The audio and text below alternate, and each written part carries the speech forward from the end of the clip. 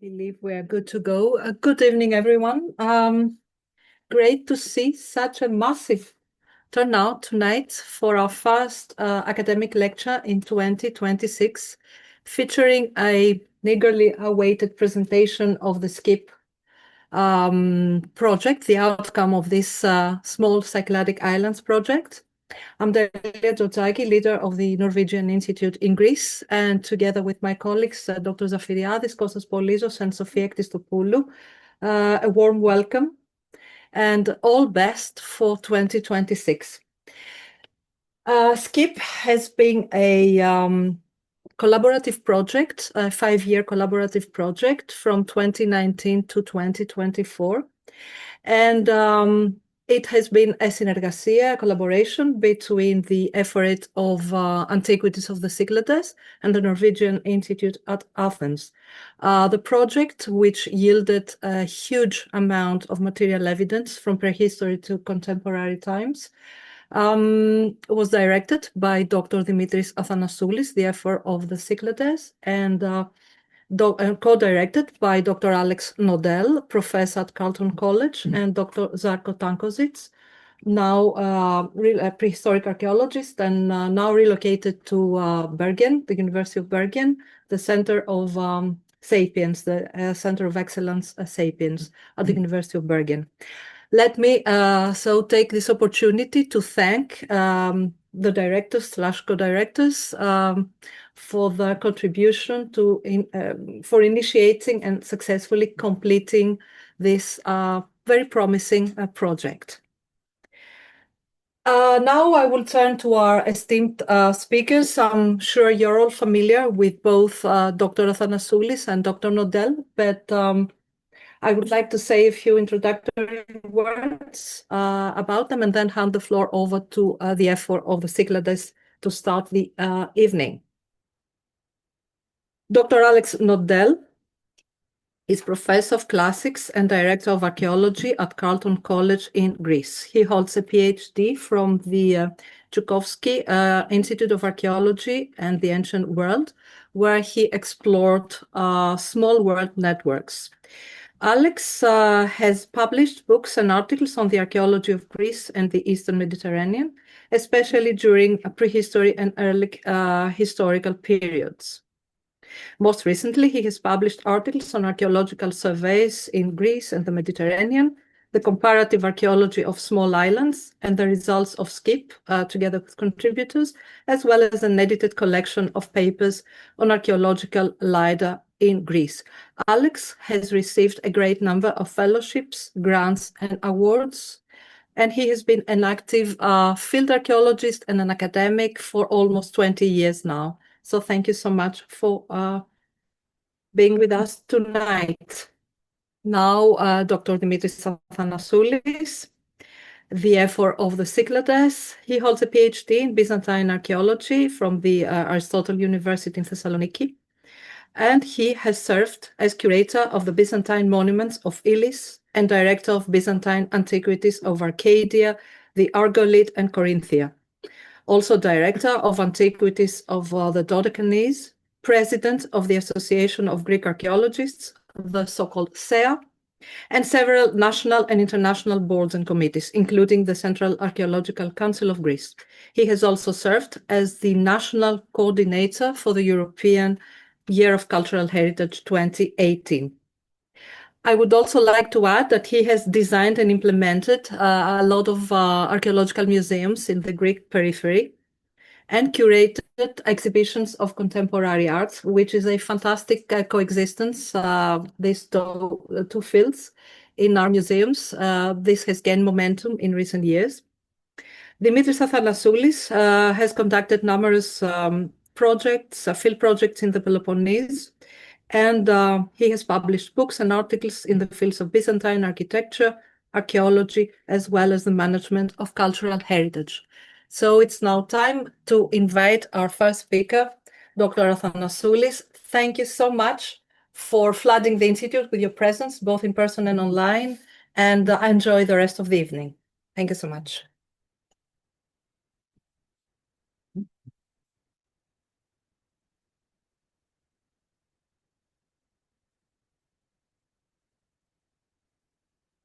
Dear colleagues, ladies and gentlemen, good evening. We would like, me and Alex, to thank the Norwegian Institute at Athens for hosting our lecture tonight. We last lectured here 3 years ago, nearly to the day, about the results of the project up to that point.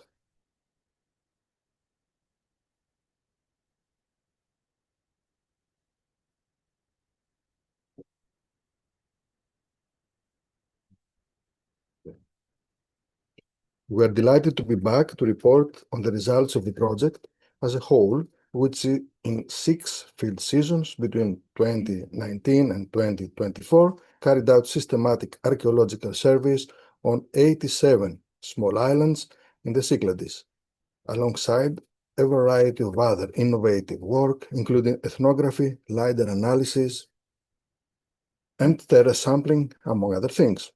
It would be impossible to describe all of this in detail, so we will provide a general overview of the project, then focus on the diachronic results of our fieldwork and study in the eastern and southern Cyclades the work we have done since our last reporting at this venue.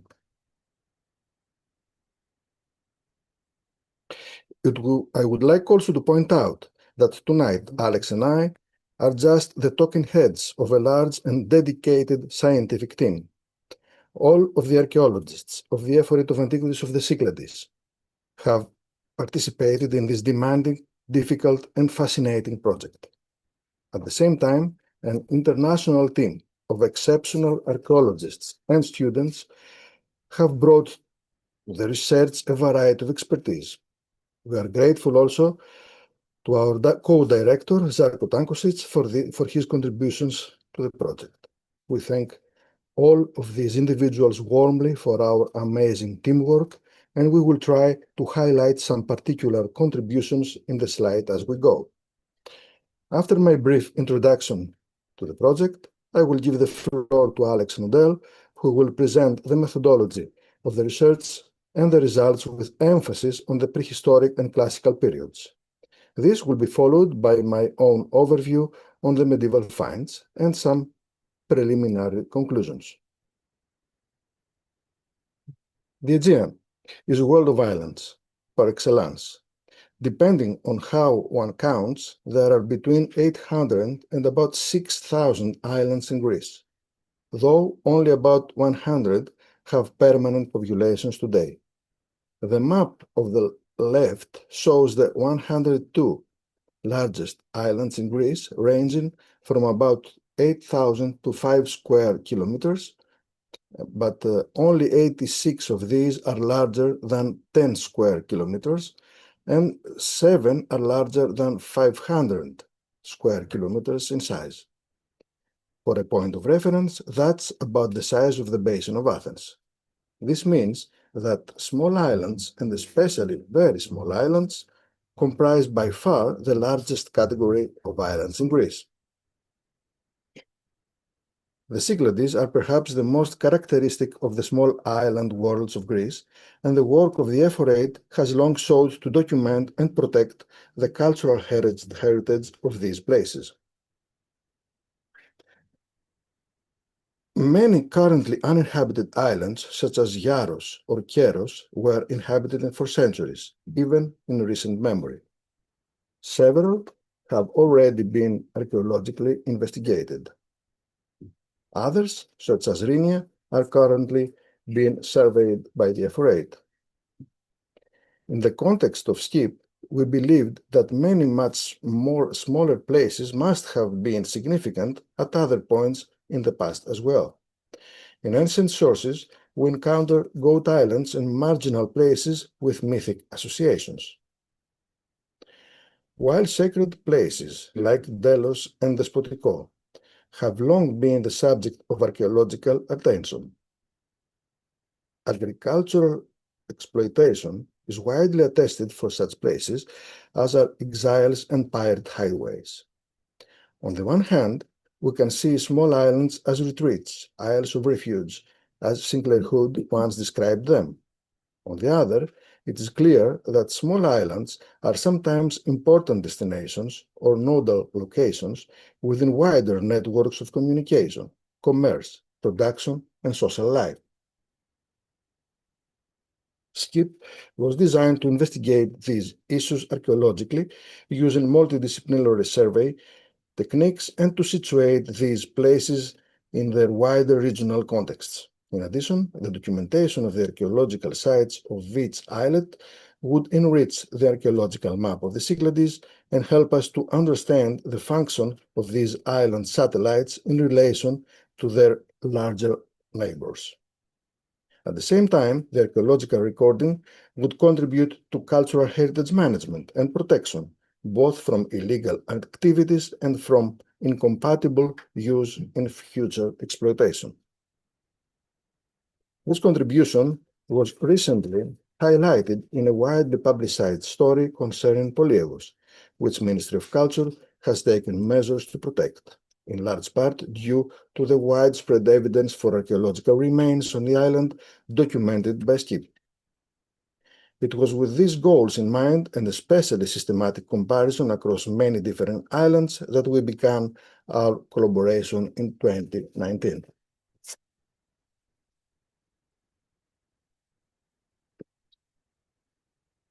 Okay.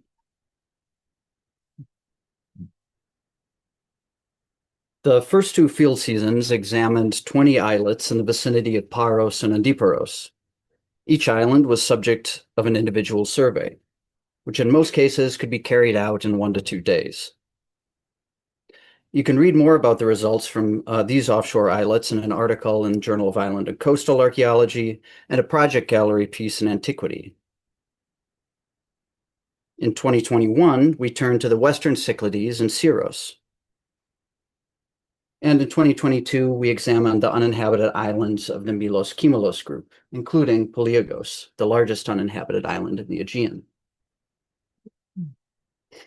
Results from 2021 and 2022 have just been published this last month in the journal Hesperia. At 99 pages, this is by far the largest publication of our results to date, and we note the length here only to illustrate the great variety and volume of data gathered in just 14 of the islets surveyed in 2 field seasons. As Demetris said, today we'll focus more on our results from the eastern and southern Cyclades, which we have not yet reported on in very much detail, other than in short papers at conferences. In 2023, we turned to the eastern Cyclades, working in 22 islets around Andros, Tinos, Mykonos, and Amorgos. And in 2024, we continued work in the southern Cyclades, in the islets of Santorini and Anafi, as well as in the arc from Folegandros to the Nusa. So with that basic overview in mind, let's turn to the work itself. Now, a major challenge in a project such as this is, of course, transportation. We had originally envisioned something like this for the project. More realistic, perhaps, was something that looked a little bit more like this, though for most of the project, we ended up somewhere in between. Though you'll note that that inflatable peacock from the previous slide continued to play a significant role, but only in the shorter sea crossings, I can assure you. Field walking methods were fairly straightforward. With a team of 5 field walkers, we surveyed each island at 10-meter spacing in survey units of 50 by 100 meters, counting and collecting artifacts as we progressed. This allowed for the quantification of artifact counts and densities across relatively uniform survey units on different islands. We collect all chipstone artifacts for further analysis, along with all diagnostic ceramics and a broadly defined representative sample of ceramic fabrics and forms. This was considered preferable to total collection, both due to constraints on storage space and in considering trade-offs between time and analytical value. While field walking was underway, a separate team mapped archaeological features, drew them in the field, and, when appropriate, recorded them with photogrammetry and aerial photography. This was carried out for all features on each island, regardless of type or date. The identification process worked alongside the intensive survey, meaning that this team documented features found by the field walking team and also explored areas not suitable for side-by-side field walking. For each island, we also carried out a detailed program of aerial photography and photogrammetry, seen here for the fortified islet of Rio Castro. This aided in the documentation, mapping, and interpretation of the landscape as a whole, and supplemented the variety of more traditional land-based modes of documentation. This combination of aerial and terrestrial methods allowed for the comprehensive study of the architectural landscape alongside the artifact collections from field walking. Areas of particular interest were subject to site-based gridded collection on 10 by 10 meter grids, allowing for much higher resolution of chronological and functional information to be drawn from artifact assemblages. Once collected, artifacts were analyzed for chronological and functional information, and this analysis was done as much as we could anyway, simultaneous with the field work, informing us as we went and influencing our priorities in terms of next level documentation. An environmental study documented the geomorphology, soils, and the presence of water, mineral resources, and suitable harbors for both large and small boats. While such environmental interests are relatively standard, they have a special significance here in these very closely delimited landscapes that we're working in. In 2022, we made a significant addition to our toolkit in the form of LiDAR data, which provides environmental and archaeological information in the form of high-resolution laser scanning, which has the particular advantage of seeing through vegetation coverage. Coverage included areas previously surveyed by SCIP, unsurveyed areas, and larger inhabited islands that will not be part of the SCIP survey. The idea is to use previously surveyed areas as well as known archaeological zones like Delos and Rhenia as training data sets to better interpret imagery in unknown areas. This allowed us to identify, for example, features missed during the initial survey, as seen here on Strunky Low, with blue features mapped in the field and red arrows indicating features clearly visible in the LiDAR data, but that were obscured by vegetation in the field. It's a slightly humiliating experience for us. It also allowed us to classify features according to type and function, and to develop systematic methods for assessing the accuracy of lab-based classifications via ground truth verification. And we point here to two recent papers published in a special section of Journal of Greek Archaeology, co-edited by myself and Bono Westcote. We should also note that fieldwork from 2022 onward included several larger small islands, meaning that the initial analysis of LiDAR data for these places was crucial in providing initial maps of archaeological features and determining priorities for in-field documentation. Recent advances in handheld laser scanning technology also offered the opportunity to test other technologies for smaller scale study and analysis. Here, consumer software like Scaniverse uses mobile LiDAR scanners on iPhone and iPad Pros to produce photorealistic 3D models in almost real time. This was especially useful for hard-to-map features, including mine tunnels, deep wells, and cisterns. Finally, there are aspects of intangible cultural heritage that are worthy of study in the context of SCIP. Traditional fishing practices and other modes of life by the sea have been under constant threat in recent decades due to changing EU regulations, touristic development, and buyout programs for local fishermen. As a result, a particular type of maritime knowledge is fast fading from living memory. Collecting oral histories and conducting archaeological ethnography were opportunities to consider the recent past of the Cyclades and to cooperate with the communities in which we were living and working. To that end, we also aim to present our work to local communities by organizing public events on each of the islands on which we stayed, organized by Vasco Dimu, but really involving the enthusiastic participation of the entire team. We'll now turn to some highlights and some diachronic patterns. While a comprehensive report is clearly beyond the scope of this talk, we'll aim to provide some glimpses at key findings and how they contribute to wider conversations in Cycladic archaeology and history.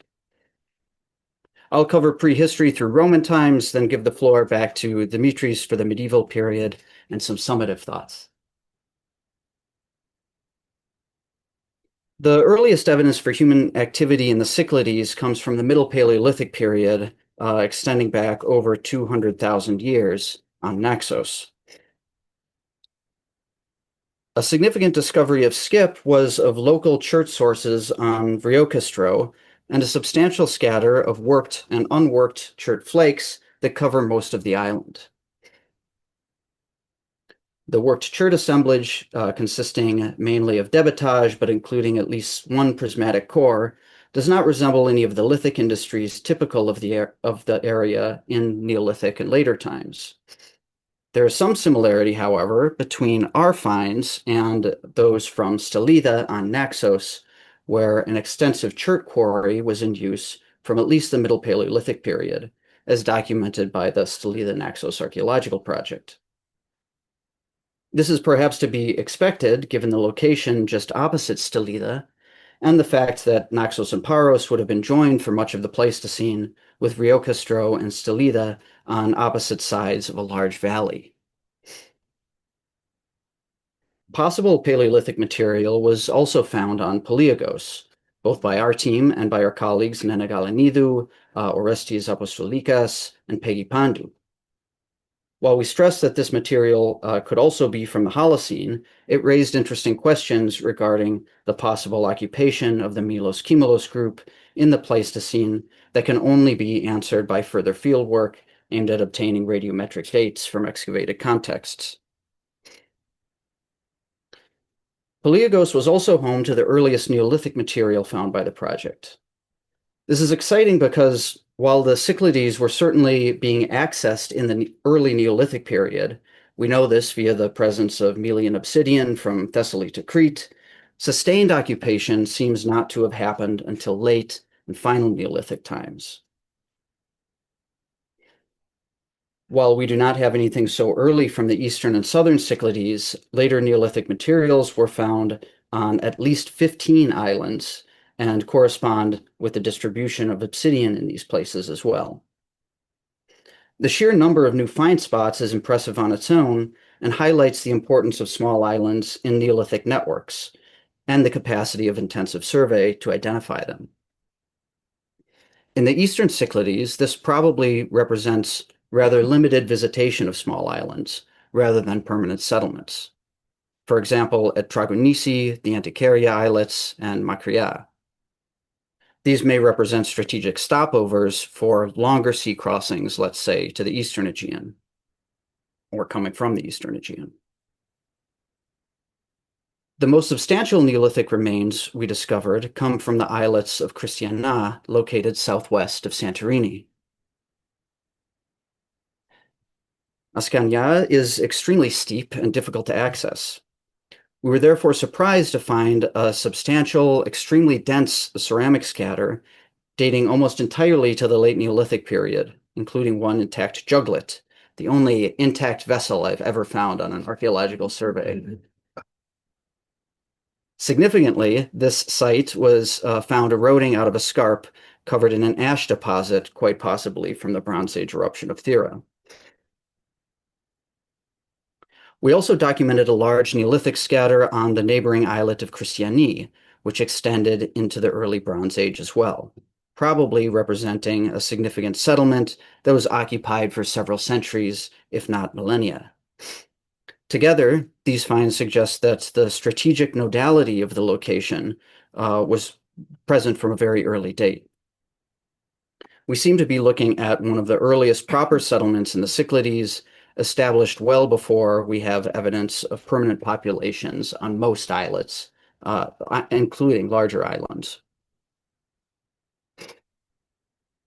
We've recorded a wide distribution of early Bronze Age pottery throughout the Cyclades, representing a range of activity. Out of the 87 islets we surveyed, we found early Bronze Age material on 24.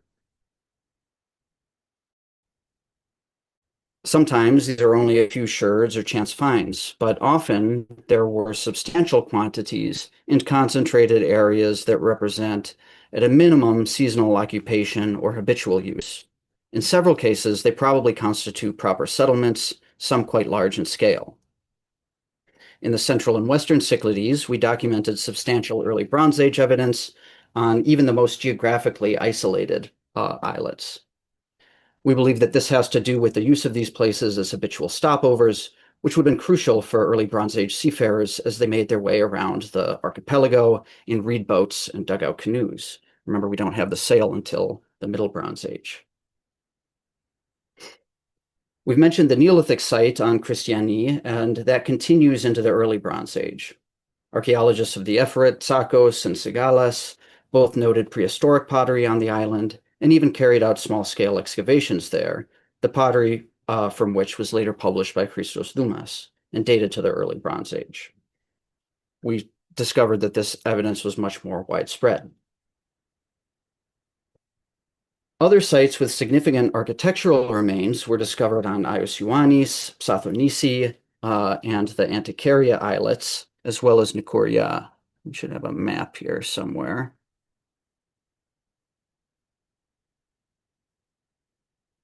So, Ios Ioannis, Psathonisi, Nikoria, Antiquaria.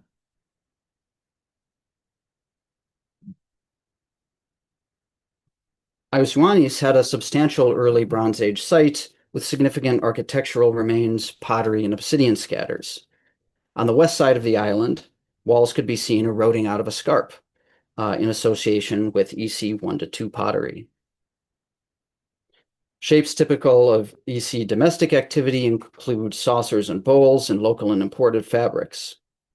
Sauceboat rim and base fragments were also present, along with large pithos body sherds and horizontal wide strap handles and jars with flaring necks and horizontal slashed handles. Psathonisi near Eos also sported a significant site with substantial architectural remains. Several islets around Amorgos also had finds from the early Bronze Age. Nikoria, on the northeastern ridge of it, we documented a large stone-built walls, a large site with stone-built walls around an upper plateau with smaller walls throughout in the interior. The ceramic assemblage was predominantly EC2 in date, and small finds included stone lids, bronze blades, lithics, slag, and possible tuyere fragments, showing that the site was used for habitation and possibly supported specialized industries in the form of metalworking. Significant amounts of EBA pottery were also found on the Antiquaria Islands, along with dense obsidian scatters. Anidros was also home to EC material, along with architecture and finds from several other periods.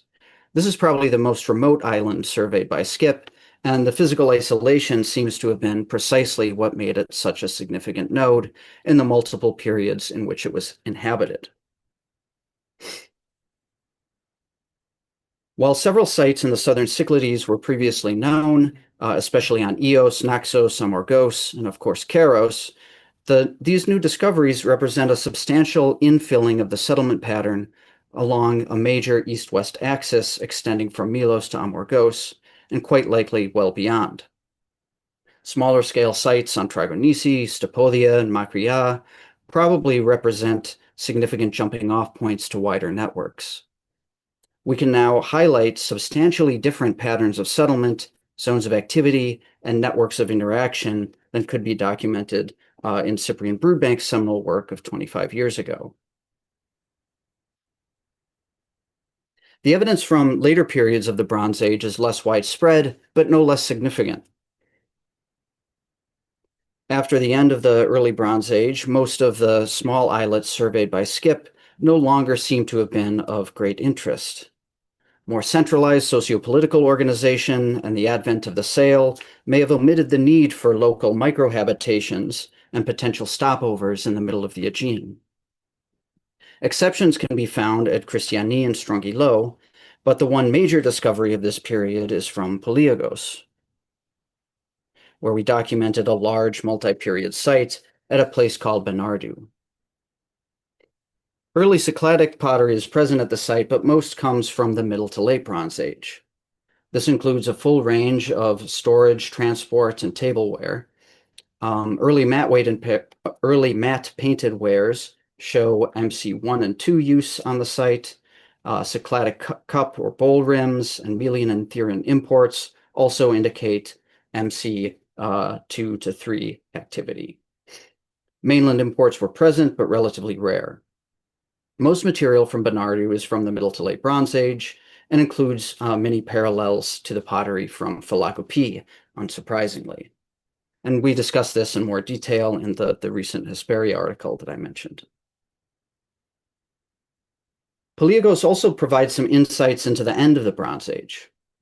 Further ceramics from the LH3A to C periods show an increase in activity following an apparent gap, and also a shift in the main location of settlement toward the upper reaches of the island. This is the kind of green dots transitioning into more blue dots, first to the northeast up here, and then into the upper parts of the island over there. This perhaps reflects a more inward orientation and a greater emphasis on animal husbandry, as opposed to agriculture near the coast. We also found many large enclosures in association with this pottery. While we cannot date them directly based on the surface survey alone, the only material culture associated with them dated to the LH3C, protogeometric, and geometric periods. Across all islands surveyed by Skip, evidence from the first millennium BC is widespread, in keeping with larger patterns that can be observed across the Cyclades. About 18% of all pottery collected by the project comes from the first millennium BC, while about 28% falls within the broader period of Greco-Roman antiquity, so extending into the first centuries of the Common Era. The very beginning of this period is present on Poliagos, where we found very little, but then we found very little early Iron Age material elsewhere. There's an uptick in the geometric period, with geometric and especially archaic pottery in several locations. The most significant of these are in and around the Bay of Nausa on Paros, with more limited evidence from several other places.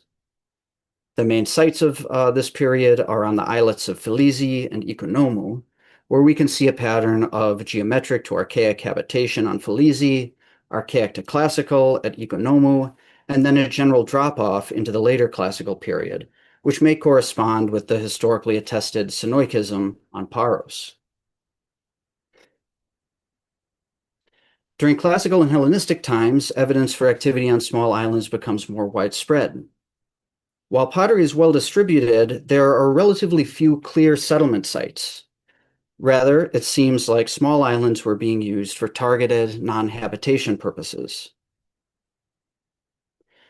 In the central and western Cyclades, we documented 3 Hellenistic towers on Strongyllo, Piperi, and Syrphopula, and intriguing indications of pirate activity on Kytriani, though this interpretation relies heavily on complementary evidence from the documentary record, mentioning Kytriani specifically.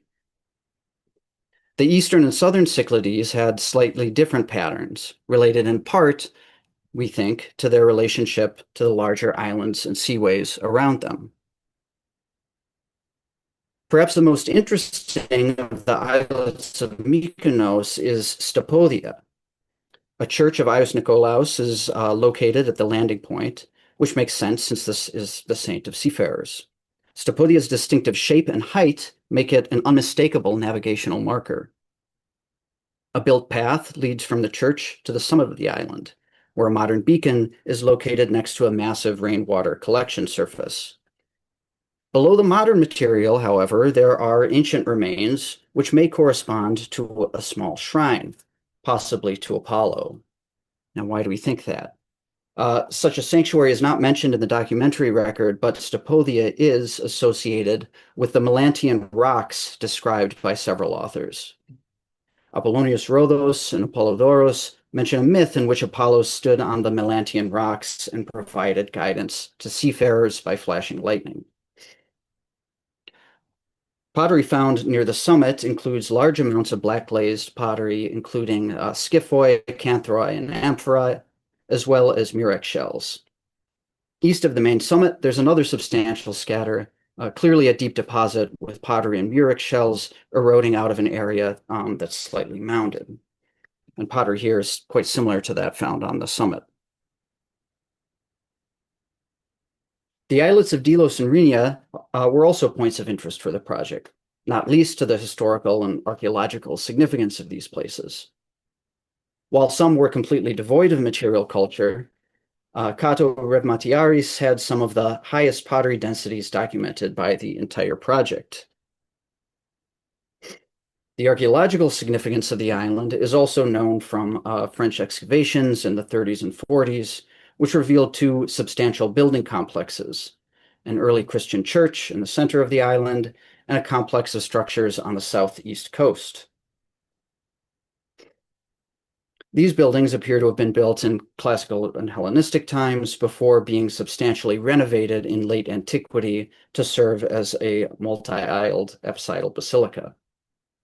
Spolia were transported to the island from nearby Delos to adorn this phase of the complex, including a small Roman altar with garlands and bucrania and a large marble base of a dedication inscribed with the name of Nicomedes III of Bithynia, who sponsored the construction of a temple to Isis/Nemesis on Delos. The islet is most densely populated by tile and pottery fragments, namely hundreds, if not thousands, of archaic to Byzantine amphorae. The island, therefore, seems to have been some kind of a way station between Delos and Rhenia, whose interlinked status is well known from the transfer of the cemetery of the Delians to Rhenia, just opposite Cato Revmatiaris. Plutarch also speaks of a bridge of wooden barges used by Nicias to cross from Delos to Rhenia. We have relatively little to say about the southern Cyclades in classical to Hellenistic times. Pottery is present in relatively low densities across the surveyed islets, which suggests that they were at least being visited, probably for different types of resource exploitation. We've documented quarrying and mining activities in the central and western Cyclades, and that probably obtains to the south as well. And classical sources also point to the use of some such places for keeping goats. An arbitration document from the court of the Argives, dated to 338 BC, records a conflict between the Melians and Camolians over the islands of Peleaga, Libea, and Hetaeria, usually assumed to be over grazing rights. We expect that this type of use of small islands was typical in these periods, serving as satellites of larger settlements on larger islands. The Roman period is somewhat more challenging to interpret based on our results so far. While relatively few sherds could be reliably dated to early or Middle Roman periods, a large number of finds could be assigned a generically Roman date. That is, they could belong to early, middle, or late Roman periods. We suspect that more of these date to later Roman times than earlier periods, based on the similarity in overall distribution between these finds and the subsequent late Roman/early Byzantine period. If we're speaking strictly about earlier Roman times, the main patterns that we see are of the reuse of major installations from the Hellenistic period, such as towers and terrace systems in the western and central Cyclades, and as precursors to places that would become especially significant in the later times in the east. The best example here is Anidros, since I didn't point it out before. That's this lonely place over there between Amorgos and Santorini. If you recall the earthquake swarm that was battering Santorini this time last year, you may remember that its epicenter was this tiny little island of Anidros. In contrast to the island's perceived isolation, Anidros represents one of the richest architectural and ceramic assemblages documented by Skip, as well as one of the most enigmatic. And suffice it to say that I'm glad we did the fieldwork we did there when we did. At this point, I'll return the floor to Demetris to continue the discussion of the medieval period. Thank you, Alex.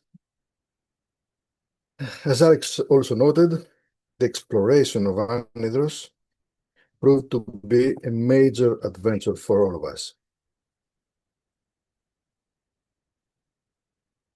Located at the heart of a zone of intense seismic activity in the Aegean, the island is unharbored, inhospitable, arid, and seemingly unsuitable for any form of exploitation. Nevertheless, the most impressive evidence relates to Proto-Byzantine early medieval activity, or late Roman, including major architectural complexes on the lower plateau and the eastern end of the island, where we documented a small church and a large agricultural complex. On both sides, large cisterns were identified, intended for the collection and the storage of water on this waterless island, Anidros. The position of Anidros was of strategic importance, as it constitutes the only landmass at that point of the archipelago.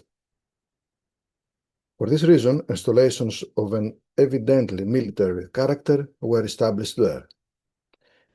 A close parallel may be found in the case of Mikria Kradia on Milos.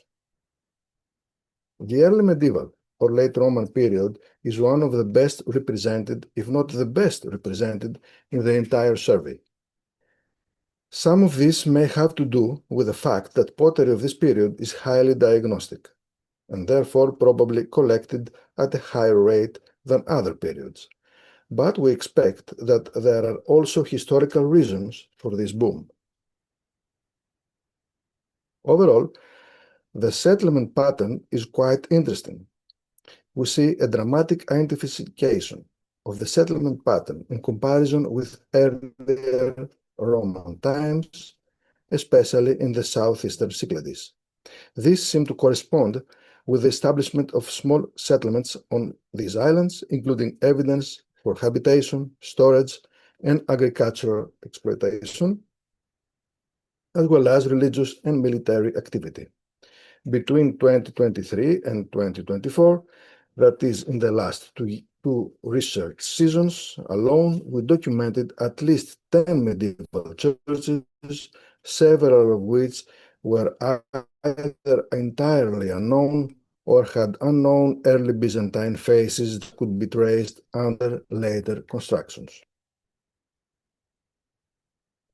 The most impressive of these churches is on Skylonisi Islet, located in the Bay of Kalotaritissa in the northeast of Donusa. The southeastern tip of the island is home to a large three-aisle single-apse basilica. Several architectural fragments were preserved, including both unfluted and spiral marble columns. At least a second constructional phase can also be identified in the church. Pottery densities in the area of the basilica were extremely high, and the remains of other buildings suggest that this is something more than a typical rural church complex. At a minimum, it may have been a monastery or perhaps a small settlement. The Antiqueria islets also had significant finds from the late Roman early Byzantine period. Both of these islets, separated by a narrow strait and located just south of Keros, had rich and chronologically diverse pottery assemblages and built environments, but the most numerous finds were from the late Roman to Byzantine periods.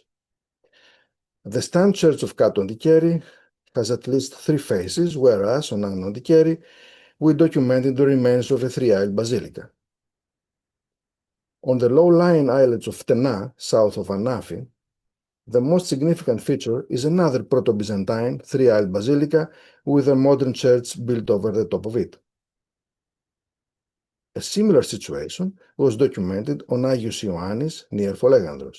The islet lies immediately off the main Proto-Byzantine harbor at the site of Livadi.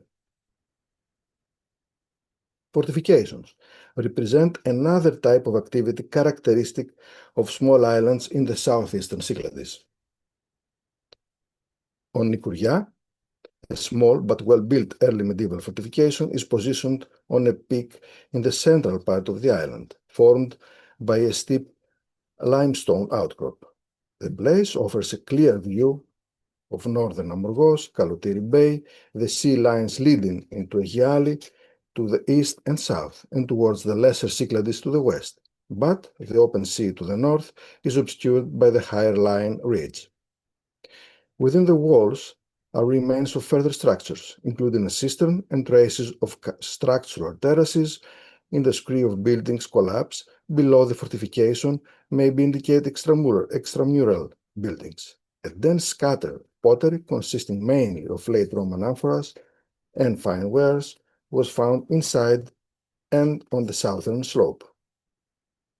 Some of the most significant medieval finds of 2023 come from Viokastro, where a settlement was built on a small plateau on the northeast tip of this inaccessible islet off the steep eastern coast of Amorgos. The half-hectare of land between the rocky central part and the cliffs towards the sea was prepared by structural terracing and densely built. Pottery finds and the construction technique indicate that this happened in the early medieval period, and very little later reuse is attested. A small single-aisle church could be identified, and the many cisterns show the importance of water management. As we move into the Middle Byzantine period, we have a combination of documentary and archaeological material to inform us of the activities in the small islands of the Cyclades. The Stadiodromikon of Constantine VII Porphyrogenitus notes that Christiana was used by Byzantine forces en route from Constantinople in the campaign of 1949 C to recapture Crete from the Arabs. The island has long been a place of archaeological interest, not least for the extensive remains of previous habitation, linked both to the presence of a monastery and private ownership. We documented an extensive built environment comprised of features dedicated to habitation, agricultural exploitation, water management, and surveillance. The most significance seems to relate to the monastery attested on the island, which, according to Mendrinos, was dedicated to St. John the Theologian and the dependence of the monastery of Prophetess Elias on Thera. The remains of two churches were found there as well. With the small fortification on the steep hill slope above, the small fort offers surveillance on the seaways towards Crete and visual connectivity with the castles of the southern Cyclades. A final noteworthy find from the southern Cyclades is the Byzantine church on Kardiotissa, located between Folegandros and Sikinos.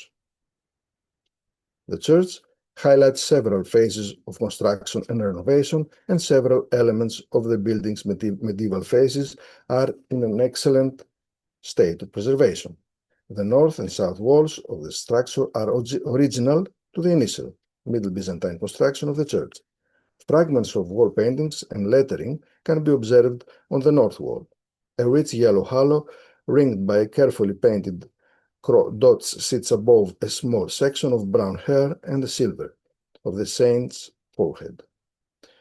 To the right, a potential K was noted behind the pier of the arch, and a very clear os is located below, perhaps suggesting a label for Agios Konstantinos. At the northernmost peak of the Kardiotissa, a small fortified site is attested, providing control over the sea routes and visual connectivity with the fortresses of Folegandros and the Acropolis of Agia Marina on Sikinos. You see the usage analysis here. With regard to the Proto-Byzantine and medieval use of the islets, we may therefore observe the following. First, the dispersion of small settlements established even on minor islets corresponds to the pattern of spatial organization and land use in the archipelago after the 7th century. Small rural settlements replaced the large urban centers, which were undergoing contraction. This trend is documented across the empire as a whole. 2. Churches are located either within such settlements or in association with military installations, as is the case of Akradia. In certain instances, they may be interpreted as Katholika of monasteries. The Proto-Byzantine basilicas, such as those in Skylonisi and Phthena, are associated with settlements, while they may also have functioned as remote pilgrimage destinations. Early medieval churches are attested at all fortified sites, with the exception of the Vriokastro of Paros.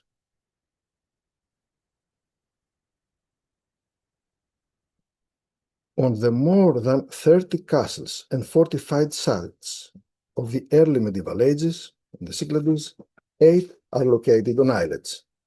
These can be categorized as follows.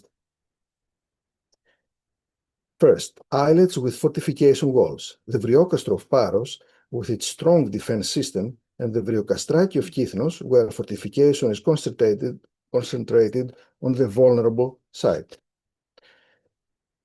Second, naturally fortified islets. We saw Μικρή Ακραδιά on Milos, Vriokastro, and Anidros on Amorgos. Third, minor fortified surveillance sites. Christiana of Thira, Kardiotis on Sikinos, and Nikourgia on Amorgos. Noteworthy is the absence of installations within the fortifications of the Vriokastro on Paros. As indicated by the visibility analysis, the fortified islets function as integral components of the Cycladic castle network, creating a dense fortification grid aimed at safeguarding the islands and controlling the sea routes. Characteristic is the defensive subsystem of Amorgos, with Archesini on the main island as its focal point. The island is protected and controlled by 3 additional fortified islets, Anidros, Nikourgia, and Vriokastro. While do not have time in this talk to discuss the post-Byzantine history of the Cyclades, suffice to say that this period is not less rich and varied. Defensive installations in the Bay of Naousa are contrasted with church architecture on numerous islands. Evidence for shepherding, farming, and other aspects of rural life is also widespread, forming small pockets of countryside across the Aegean. These themes of fortification, sanctuary, and resource extraction have clear long-term significance. While this was an admittedly fast tour through time, and there remains much to be said about all of the periods and places we have discussed today, we hope to have given you a sense of some of the larger scale patterns that emerge from viewing these miniature landscapes side by side. As we come to a conclusion, we might also reflect a bit on the project in quantitative terms. 2024 was our last season of fieldwork, at least for this phase of the project. Some 70 individuals participated in the project over the last 6 years.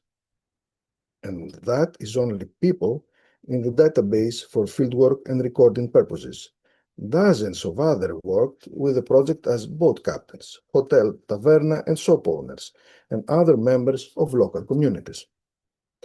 We surveyed 87 islands in this time, broken up into 3,686 survey units, where we recorded over 150,000 artifacts, collecting and processing over 50,000. We also mapped, recorded, and studied over 1,000 archaeological features. A great many thanks go to all of the fieldworkers, component heads, illustrators, material specialists, and community members who made this all possible. Most importantly, we managed to do it all relatively crisis-free. So, what other conclusions can be drawn from this work? First, patterns of occupation of use on these islands are often limited to particular periods, which are not consistent across different islands. Continuous occupation across several time periods seems not to happen in these places. Where multi-period occupation does exist, as on Dionysi, for example, there are often large gaps during which the island appears to have been abandoned. Second, however, there is a correlation between consistency of occupation and island size, where larger islands like Strongylo or Poliegos have nearly continuous evidence of use. Third, the pattern of use of these places is inevitably linked to available resources, which is also related to size and environmental diversity. Access to water is important, of course, but some places were also important for their mineral resources, and in certain periods they may have been used primarily for the exploitation of these resources. Several islands have been used as pastorage or for agricultural up until the present day. This, of course, raises the thorny question of evidence and chronology for agripastoral activity in the landscape. Fourth, isolation and connectivity are both clearly important in different situations. For example, we have seen the diachronic importance of every very small islands in regional networks, especially in places like Anedros or Christiana. In other areas, some small islands were home to larger settlements which seem to have benefited from excellent natural harbors, as on Poliegos or Nikourya. On the other hand, early medieval settlements at Viokastro near Amorgos and Mikri Akradia near Milos were extremely difficult to access, with no natural harbors and steep, inaccessible slopes that served as natural fortifications. Fifth, finally, detailed systematic methods of team-based intensive survey have much to offer in small island theaters, especially when applied in a comparative fashion. While some of these islands had received different types of archaeological attention before, a wealth of new information was revealed through the combination of remote sensing, intensive survey, artifact collection, and study. Already we can tell that there is a rich and varied, if incidental, history of engagement with these diverse island landscapes. The small Cycladic Islands project is a rare opportunity to combine small-scale and large-scale archaeological fieldwork in a truly comparative set of contexts. Survey archaeology has traditionally aimed to identify and document the history of human settlement across a continuous landscape. This project provides also an archaeology of non-settlement or incidental use distributed across minuscule but resonant places of human activity. In closing, we would like to acknowledge again all of the team members who contributed to SKIP, our sponsorship institutions and funders, and all of you for your interest and attention. Thank you.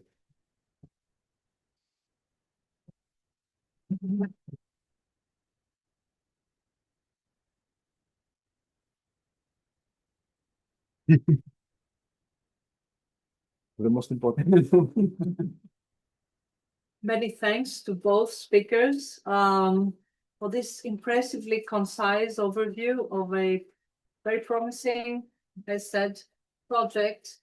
Amazing finds, lots of interest, I'm sure, lots of questions from the audience. I have a question, but I'll keep it if there's time in the end. Please.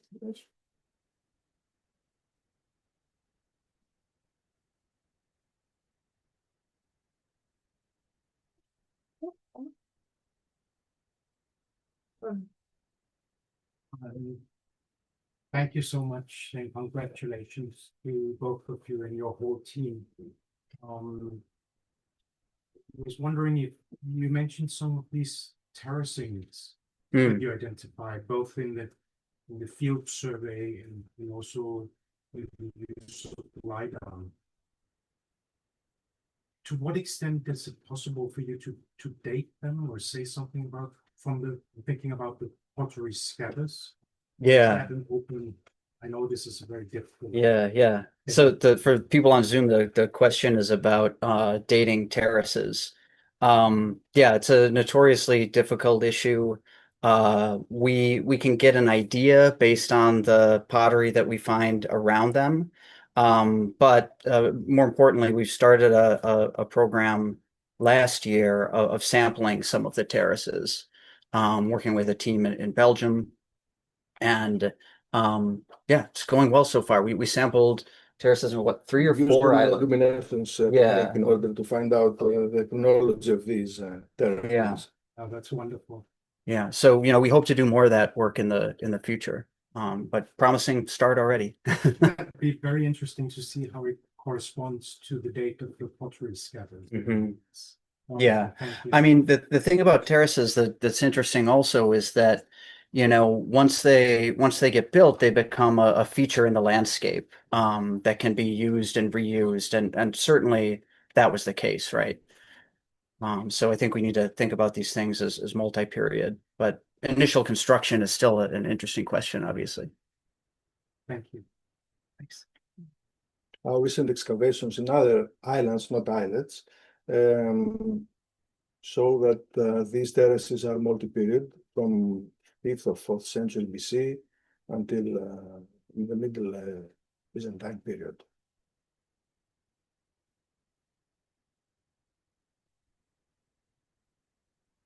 Other questions? Yes.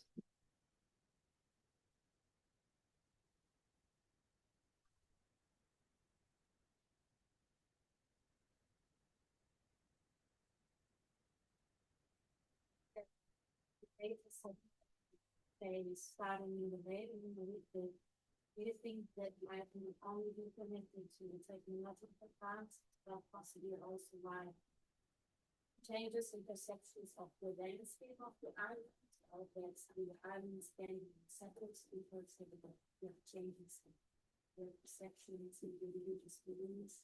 Similarly, also to the inland, that maybe during the Bronze Age, they only have technological advances, also that the perception of the inland as an exploitable area. Yeah. I'm not sure I'll be able to get all of that, but about the kind of changing perceptions of the landscape, let's say for the later Neolithic period with initial settlement. I mean, I think that's definitely the case. People could have settled these places much earlier and could have established permanent settlements on them much earlier. But they didn't. And since you brought up what's going on the mainland too, there's also a pattern there, especially in final Neolithic times, of spreading out into more marginal areas. We get a lot more, say, final Neolithic sites than we had in earlier periods, but they're smaller and they're going into mountainous landscapes. They're moving away from the big plains that were so attractive in earlier Neolithic times, for example.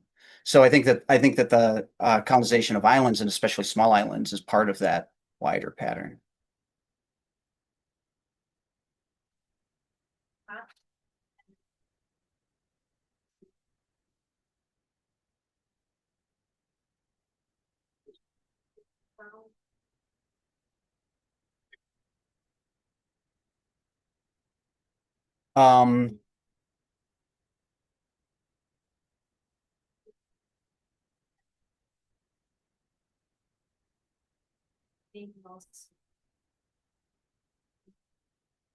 Maybe there were burials, like mural burials, prior to the settlement in the inland, and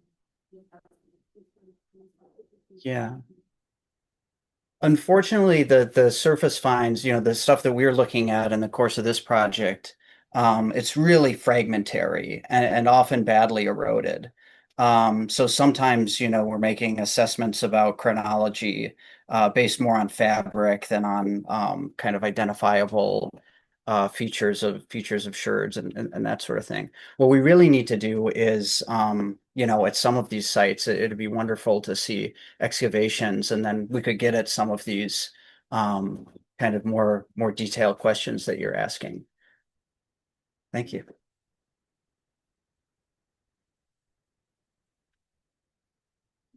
Thank you so much. I was really intrigued by this centrality of Brocastro in the early medieval period, and which seems to kind of, of course, it's like mythologically said that Demetris is the center of the Cyclades, but now you're seeing with this, evidence you're showing as a different center, in the region, and I'm wondering if you have any thoughts about how you pull out on that. Yeah. In the early medieval period, and the centrality of that region around, north.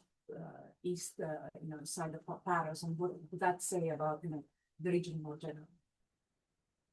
Yes, we have a theory that during the early medieval period, the center of the Aegean, let's say, authorities and administration, Byzantine administration, was Paros and Naxos. There is a subsystem of this defensive network, and the Brocastro was a very important part of this local subsystem, which has also many other castles on the main islands. We have 5 castles on Naxos from this period, and at least 1 on Paros, the Parikia castle. So this Brocastro was part of this kind of the central of the base of the Byzantine administration. So yes, we have there the center of the Cyclades during this period, the center of the Central Aegean, not Cyclades. We probably can't pin that on Brocastro in particular, but it's definitely part of that network. Yes, because Brocastro is one of the most strong has one of the most strongest fortifications in the Cyclades. We have curtain walls with 8 towers. Towers we find only on the walls of Naxos and Parikia. So we understand this was an extremely important fortification, but inside this fortification, we found nothing. Yeah. Not even a church. Not even a church. It's the only place we didn't find a church.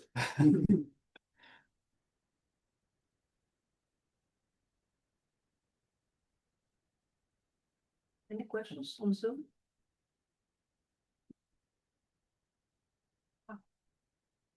We have a question here. Okay. Yes, thank you. Congratulations for this amazing product.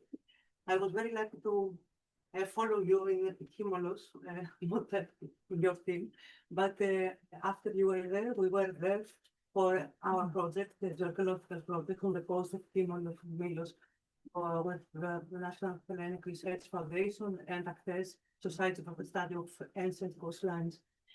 My question is, my comment question, remark, let's say, as you like, is that it would be very interesting to consider when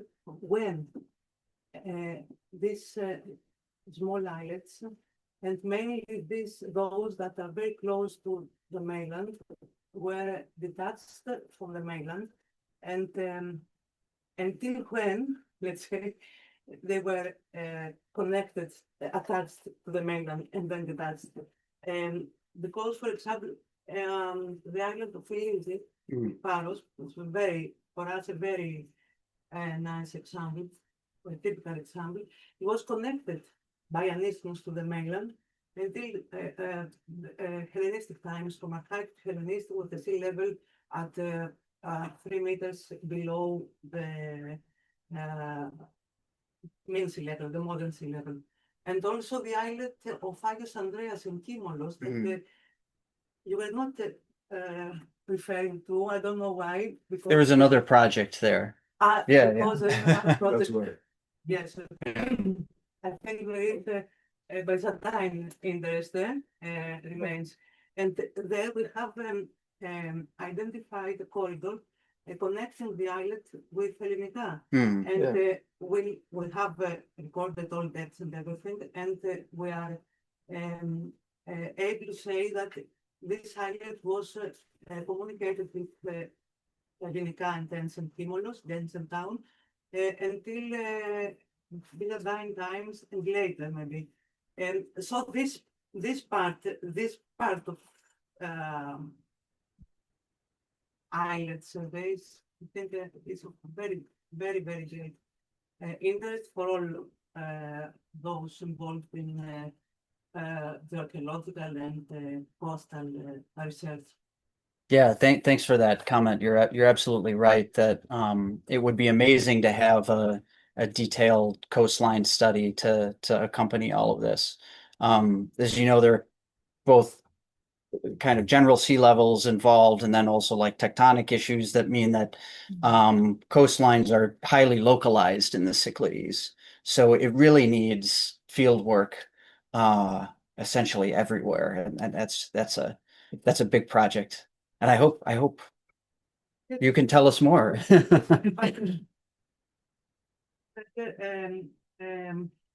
We have concluded a great difference between the northern Cyclades and the volcanic arc, Milos, with a difference of almost 5 meters in sea level change between this part and the southern part.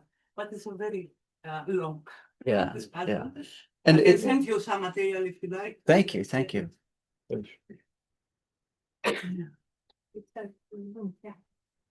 I will have more comments and questions.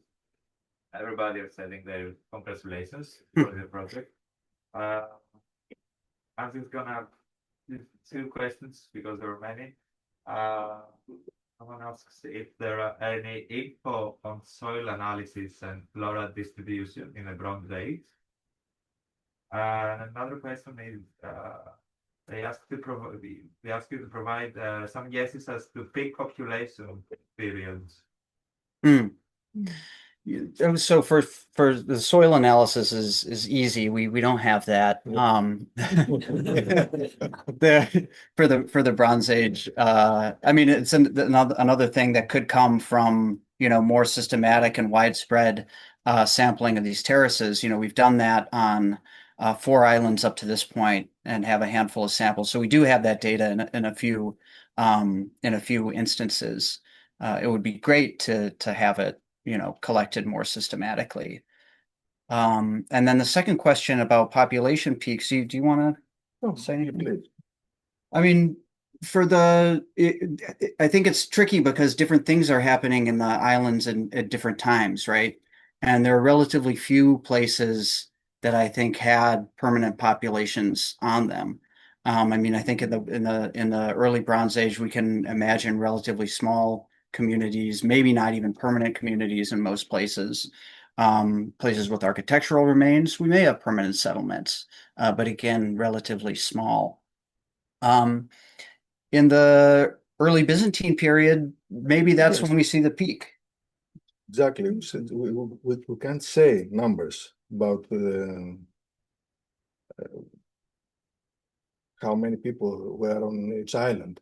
Even for these castles, we have different patterns. As we said, on Priokastro, we have nothing. We have no structures for habitation. In other cases, such as Viokastro, Romorgos, or Nikourgia, we see that we have houses there, but even the diagnostic pottery of these sites gives us very controversial results because we do not have, let's say, cooking pots. We have many storage pots and ceramic, and this maybe gives us some indication that we have some seasonal use of these islets. Maybe in case of danger, for example. Other questions? I have a very short question to the F1 from the angle of heritage management.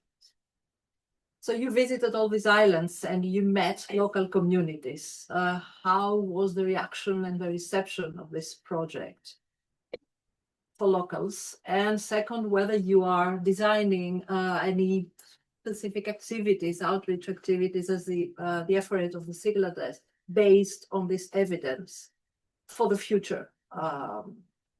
Educational programs, school programs, museum exhibition, you know, things that might have been inspired by this fantastic material.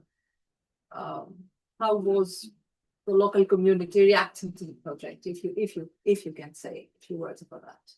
As Alex said, there was a part of ethnography in this Exactly. Yeah.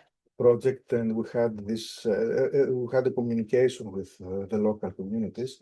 All communities were very positive with this project, and they helped us to understand at least the latest periods of habitation for these or exploitation of these islets. The Ephorate, the main concern of the Ephorate is to ensure the protection of this heritage and these islets. And I think that the majority of them is not, let's say, something that can be visited by common people because they cannot understand anything. However, there are some sites which are very important and very promising for further archaeological investigation with excavation, let's say. Okay. So after the next steps, let's say, Yeah. so then we can start some outreach activities. Yeah. Again, congratulations on behalf of my institution. I would like to warmly congratulate you for this work and for the contribution, the funding, the initiation of the project, everything that you brought to the Institute and to the University of Bergen. So thank you so much and Thank you. good luck for the Yeah. future.